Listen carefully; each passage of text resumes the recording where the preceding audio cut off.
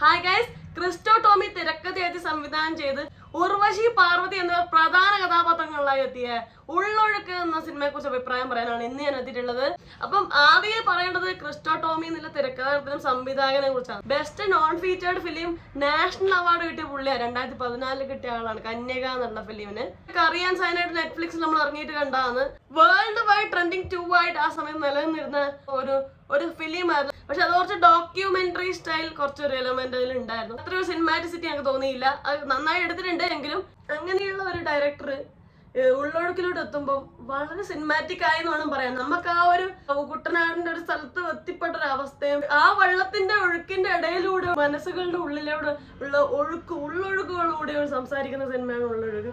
വളരെ മനോഹരമായി ഓരോ മനുഷ്യന്റെ ഉള്ളും മനസ്സിനെ കുറിച്ച് ഡീറ്റെയിൽ ഇൻഡെപ്ത് സംസാരിക്കുന്ന സിനിമയാണ്. എനിക്ക് തോന്നുന്നു ഓരോ മനുഷ്യന്മാരുടെയും മനസ്സിലെ ഉള്ളിൽ എത്രയുണ്ട്, എത്രമാത്രം അവർക്കത് മനസ്സിനുള്ളിൽ കാര്യങ്ങൾ അവർ സീക്രട്സ് കീപ്പ് ചെയ്യുന്നുണ്ട്. ഒരുപാട് കാര്യങ്ങളുണ്ട് റിവീൽ ചെയ്യാതെ, പുറത്ത് നമ്മൾ പ്രകടമാവാതെ, പുറത്ത് സംസാരിക്കാതെ ഒരുപാട് കാര്യങ്ങളുണ്ട്.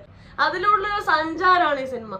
വളരെ ക്ലിയർ ആയി പറഞ്ഞാൽ അത് എനിക്ക് തോന്നുന്നു സംവിധായകന് ഓരോ മനുഷ്യ മനസ്സിന്റെ വ്യാപാരങ്ങളെ കുറിച്ചും അവരുടെ ചിന്തകളെ കുറിച്ചും കൂടുതൽ മാനസിക തലത്തിൽ അതിനെക്കുറിച്ച് വിവരമുള്ള അറിവുള്ള ഒരു തിരക്കഥാകൃത്ത് തന്നെയാണ്.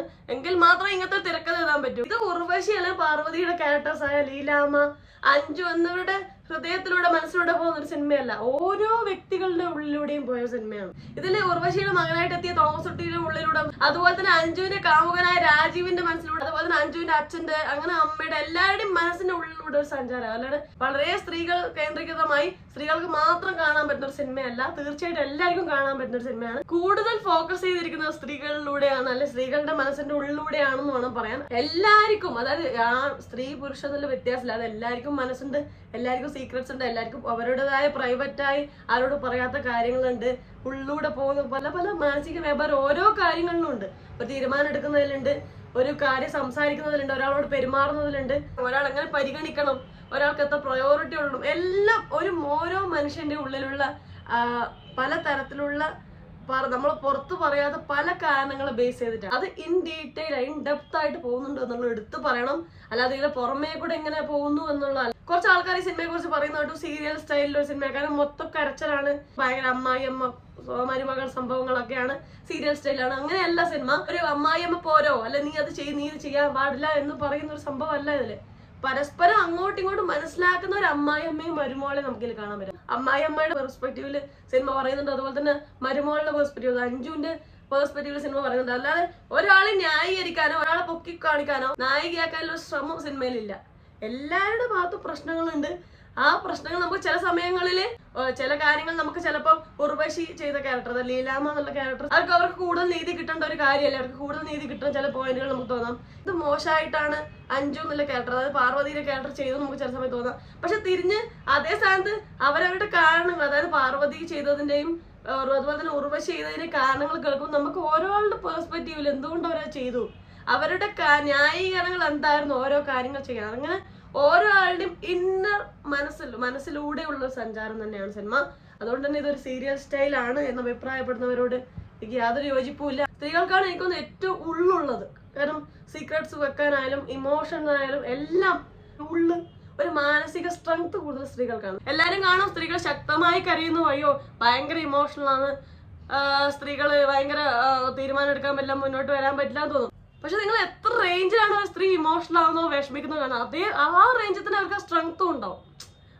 അത് തീർച്ചയായിട്ടും ഉണ്ടാവും. അതുകൊണ്ട് തന്നെ മാനസികമായിട്ടുള്ള കരുത്തും അവർക്ക് കൂടുതലാണ്. ഇതിൽ അതിഗംഭീരമായിട്ട് ഉർവശി ചേച്ചി അഭിനയിച്ചിട്ടുണ്ട്, അതിഗംഭീരമായിട്ടുണ്ട്. അത് നിങ്ങളിപ്പോ ഈ ഇന്റർവ്യൂല് പാർവതിയൊക്കെ പറഞ്ഞിട്ടുണ്ട്, നമ്മൾ അഭിനയിക്കുമ്പോൾ പുള്ളിക്കാരുടെ ഈ ഭാഗങ്ങളൊക്കെ അവളും ഈ ഭാഗങ്ങളൊക്കെ ചെവിയൊക്കെ നിങ്ങൾ അഭിനയിക്കുന്നതിന്റെ ഇടയിൽ അതൊക്കെ നമുക്ക് ഈ സിനിമയെ കാണാൻ പറ്റും. ഭയങ്കര അടിപൊളിയായി ചെയ്തിട്ടുണ്ട്, ഭയങ്കര ലീഡിങ് ആയിട്ട് സിനിമയിൽ നിൽക്കുന്നുണ്ട് ഉർവശി ചേച്ചിയുടെ അഭിനയം. നന്നായി ആ ക്യാരക്ടർ ക്യാരി ഓവർ ചെയ്തിട്ടുണ്ട്, പത്രക്കെട്ടിലായിട്ടുണ്ട്. പിന്നെ പറയുന്ന പാർവതി ആക്ച്വലി എനിക്ക് കുറച്ച് ഓവറായി അഭിനയിക്കുന്ന ഒരു നടിയായിട്ടാണ് മുന്നേ തോന്നാറ്. പക്ഷെ ഇതിൽ വളരെ നന്നായിട്ട് അഭിനയിച്ചിട്ടുണ്ട്, ഒട്ടും ഓവറാക്കാതെ ആ ഒരു മിതത്വത്തിൽ അഭിനയിച്ചിട്ടുണ്ട് രണ്ടുപേരും. ഉർവശി ചേച്ചി ആയാലും ശരി, പാർവതി ആയാലും രണ്ടുപേരായാലും ആ ഒരു കൺട്രോളിൽ അഭിനയിച്ചിട്ടുണ്ട്. അലൻസിയർ അഭിനയിച്ചിട്ടുണ്ട്, പാർവതിയുടെ അച്ഛനായിട്ട് അടിപൊളിയായിട്ടുണ്ട്, പാർവതിയുടെ അമ്മയായിട്ട് അഭിനയിച്ച ആൾ നന്നായിട്ടുണ്ട്. പിന്നെ തോമസ് കുട്ടിയായി അഭിനയിച്ചു, അതായത് ഉർവശി ചേച്ചിയുടെ മകനായിട്ട് അഭിനയിച്ച ആൾ നന്നായി അഭിനയിച്ചിട്ടുണ്ട്. പിന്നെ അതുപോലെ തന്നെ അഞ്ജുവിന്റെ കാമുകനായിട്ട് എത്തിയ അർജുൻ രാധാകൃഷ്ണൻ കിഡ്ലായി അഭിനയിച്ചിട്ടുണ്ട്. അതുപോലെ തന്നെ തോമസ് അനിയത്തിയായിട്ട് എത്തിയ സ്മൃതി എന്ന് പറഞ്ഞ ആള് അടിപൊളി അഭിനയിച്ചിട്ടുണ്ട്. എല്ലാവരും അടിപൊളി അഭിനയിച്ചിട്ടുണ്ട്. നല്ല ശക്തമായ തിരക്കഥയുള്ള സിനിമയാണ്. അത് അടിപൊളിയായി മേക്ക് ചെയ്തിട്ടുണ്ട്. പിന്നീട് എടുത്തു പറയേണ്ടത് ഷഹനാസ് ജലാലിന്റെ സിനിമാറ്റോഗ്രാഫിയാണ്. കുട്ടനാടിന്റെ ഭംഗിയും എല്ലാം അടിപൊളിയായി ഒപ്പിയെടുത്തിട്ടുണ്ട്. പിന്നെ കിരൺ ദാസിന്റെ എഡിറ്റിംഗ് അടിപൊളിയായിട്ടുണ്ട്. കാരണം ഒട്ടും ഓവറാക്കിയിട്ടില്ല. നമുക്കിപ്പോ ഇമോഷൻ കാര്യങ്ങളൊക്കെ ഓവറായി ഡ്രാഗ് ചെയ്തിട്ടില്ല. വളരെ കറക്റ്റായി കട്ട് ചെയ്ത് കൊണ്ടുപോയിട്ടുണ്ട്. പിന്നെ ഇത് ഒരു വളരെ സീരിയസ് ആയ ഒരു പടം തന്നെയാണ്. അപ്പൊ തുടക്കം തൊട്ട് അവസാനം പോലെ സീരിയസ് ആയ ഒരു അവസ്ഥ തന്നെയാണ്.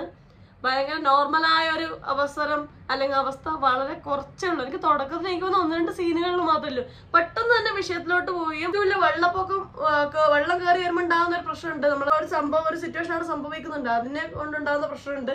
അതിന്റെ കൂടെ തന്നെ ഇവരെ ഉള്ളിൽ ഓരോ ആളുടെ ഉള്ളിൽ മാനസിക പ്രഷർ, മെന്റൽ പ്രഷർ എല്ലാം നന്നായി ഒപ്പിയെടുത്ത നല്ല സിനിമയാണ്. ഇപ്പൊ നമ്മൾ മുന്നേ ആകാശദൂത് എന്നുള്ള സിനിമയൊക്കെ നിങ്ങൾ കണ്ടില്ലേ?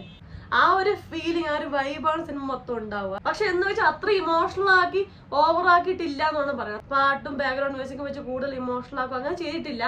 വളരെ കൺട്രോൾഡ് ആയിട്ട് അവതരിപ്പിച്ചിട്ടുണ്ടെന്നാണ് പറയുന്നത്. കരയേണ്ട മൊമെന്റിൽ മാത്രം കരഞ്ഞ് നമ്മളെ വിഷമം അടക്കി പിടിച്ചിരിക്കുന്ന നിമിഷങ്ങളെല്ലാം അടിപൊളിയായി കാണിച്ചിട്ടുണ്ട്. ഇതൊക്കെയാണ് എനിക്ക് സിനിമയെ കുറിച്ചുള്ള അഭിപ്രായം. നിങ്ങൾ ഈ സിനിമ കണ്ടവരാണോ? നിങ്ങൾക്ക് ഇതിനെ കുറിച്ചുള്ള അഭിപ്രായം താഴെ കമന്റ് ചെയ്യണേ. നിങ്ങൾ കാണാൻ പോകുന്നവരാണോ? നിങ്ങൾക്ക് കാണാനുള്ള താല്പര്യമുണ്ടോ? നിങ്ങളുടെ പ്രതീക്ഷകൾ എന്തൊക്കെയാണ് സിനിമയെ കുറിച്ചുള്ള എല്ലാം താഴെ കമന്റ് ചെയ്യുക. അപ്പോൾ വീഡിയോ ലൈക്ക് ചെയ്യുക. വീഡിയോ ഇഷ്ടപ്പെടുവാണെങ്കിൽ സബ്സ്ക്രൈബ് ചെയ്യുക. നിർബന്ധമായി കമന്റ് ചെയ്യുക. നിങ്ങളുടെ എല്ലാം കമന്റ്സിനായിട്ട് ഞാൻ വെയിറ്റ് ചെയ്യുന്നുണ്ട്. സോ പ്ലീസ് കമന്റ്, ഷെയർ ചെയ്യുക. അപ്പൊ അത്രേ ഉള്ളൂ.